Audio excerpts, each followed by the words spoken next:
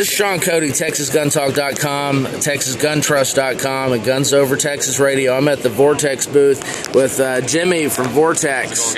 And Jimmy's going to show us the new Razr HD Gen 2 optics.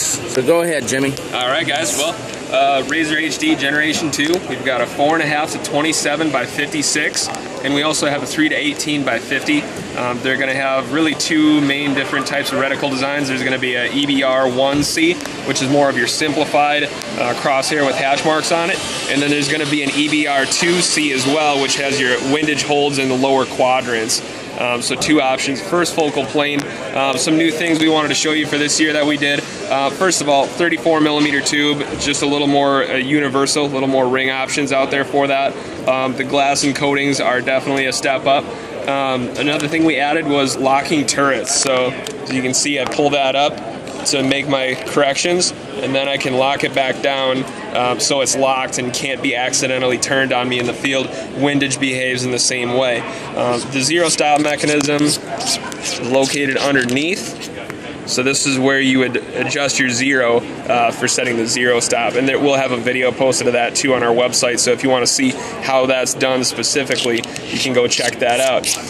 Another thing that we have for you here is side focus parallax. The 4.5 to 27 goes down to 32 yards. The 3 to 18 comes all the way down to 25 yards. So nice close focus capability there. Also, illumination is on the side here. You just pull it out to make your illumination selection. There are intermediate off positions too between each number, so you can shut it off and then be close to your favorite illumination setting if you need to, and then simply push it back in so it can't get accidentally turned. So that is it for the Gen 2 series. We've actually added, in our 1 to 6 line, we've actually added two new reticles.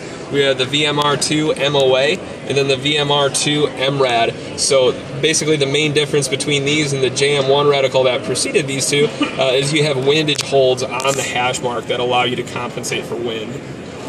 Just going down the line then, I've got a 6 to 24 PST. This has been in the lineup for years, but we added a new reticle, the EBR2C. A lot of guys were asking for that, the windage holds in the lower quadrants. Now we have them. Those won't be out for a little while yet, along with the Gen 2s. We're looking at sometime around summer for the Gen 2s. A couple months probably on this new reticle PST. Another thing we got here is the 6 to 24 Viper HST. We already had the 4 to 16 HST, but we got the 6 to 24 out now. Same optics, same glass and chassis as the actual PST.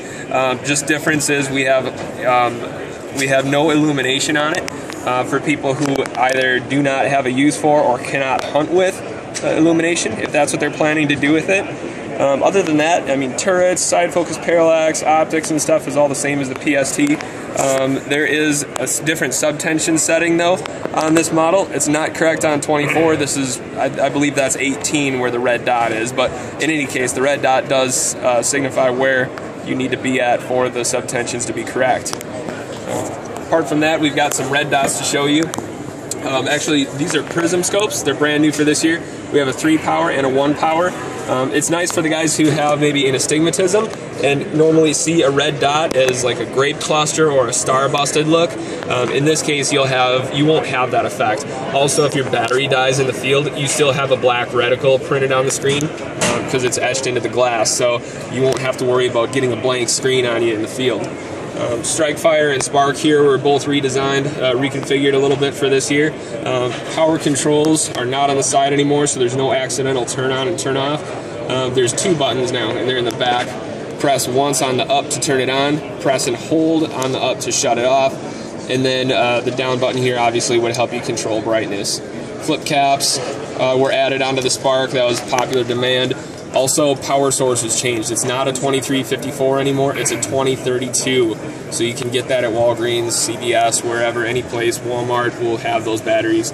Same thing with the Strike Fire. Power controls were changed like the Spark, exactly like the Spark. Difference being the mounting system. It is now included with a cantilever ring that'll offset the unit forward on the rail, so you can fit the magnifier and the red dot and backup sights all on the same thing. So that's about all we've got for you guys. Hey, well, cool. Thank you very much, man. Enjoyed it. Thank you, Sean. And one last thing I wanted Jimmy to show everyone on the Vortex Razr HD Gen 2. If you ever lose track of where you're at when you're turning the knob and dialing in elevation, they've solved that problem. And if you look, there's a little thing that pops out as you turn. I'll let Jimmy describe that. Sure, that's just a rotation indicator. So after you've gone one revolution up, you'll get the indicator on the side will come partially out. After the next revolution, it comes the rest of the way out. So it's one line or two, depending on how many revolutions you're at. And then on the way down, then they just retract as you go to let you know that you're on your original revolution before the zero stop kicks in, by the way, which your zero stop on the MOA ones will come in 1 1/4 MOA below zero, or if you have a mil scope, it'll come a 1/2 mil below zero before it stops, and then you just bring it back to your zero and stop it. And so the point of that would be, like if you had to turn your gun sideways, for example, to compensate for that, sight height and bore height difference, or if you just needed to, for whatever reason, shoot below your original zero, you have a little bit of wiggle room. So. Okay, awesome. Thank you so much, man. We'll talk to you later.